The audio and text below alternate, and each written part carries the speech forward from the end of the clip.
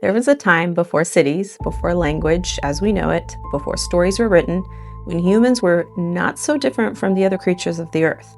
We moved with the rhythms of the sun, we ate what we could find, we slept when darkness came. The night belonged to something else. And then something changed.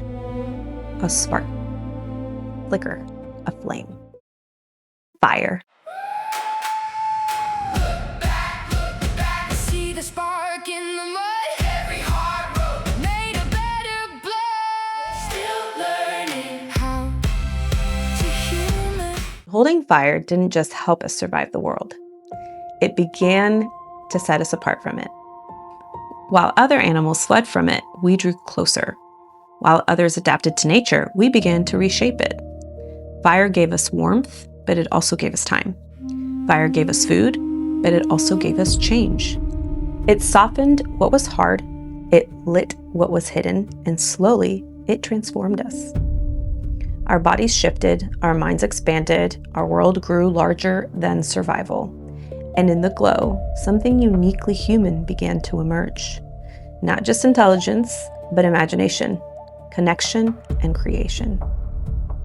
And from that moment on, we didn't just live in the world anymore. We began to become something entirely new within it. No one knows exactly when humans first discovered fire, but we do know this. Early humans were interacting with fire as far back as nearly 1 million years ago. Not creating it, not yet, but finding it. Lightning strikes, wildfires, burning landscapes. Imagine stumbling upon it for the first time.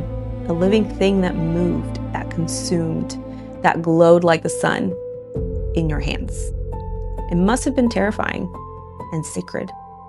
At first, humans didn't know how to make fire. They carried it, protected it, fed it. Fire wasn't a tool yet. It was a gift. And then something even more profound happened. We learned to cook. Cooking changed everything. Food became softer, easier to digest, safer, and that meant our bodies could change. Our teeth became smaller, our guts shorter, our brains larger. Fire didn't just warm our hands, it reshaped our biology. Some scientists even believe that without cooking, we wouldn't be humans as we know ourselves today. That fire didn't just change our bodies, it changed our relationship with time. Before fire, the day ended when the sun disappeared. After fire, the night opened up. People gathered, they talked, they told stories. Fire created a space for connection, for memory, for imagination. Some researchers believe this is where language deepened, where culture was born, around fire. We became more than individuals, we became a people.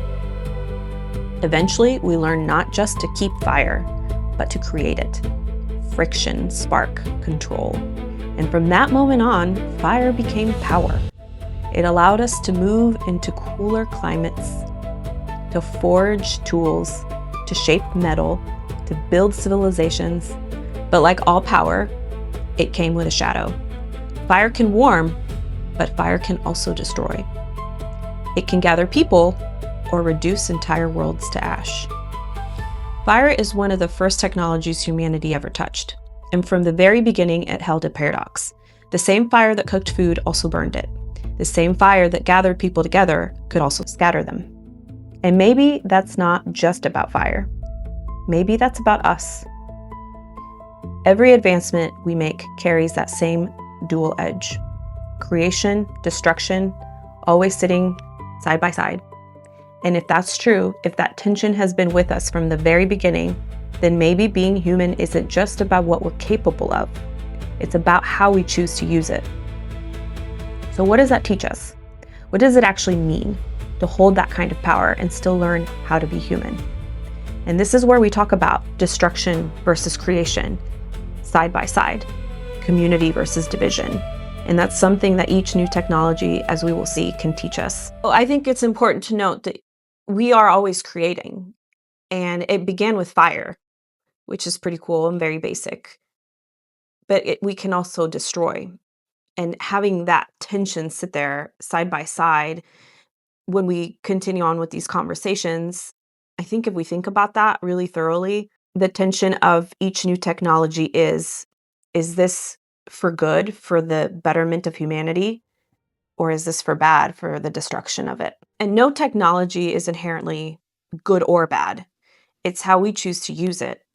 And if we think about humanity, we are creators. It's what we choose to do with our creations that really defines us from the human species and the animal species.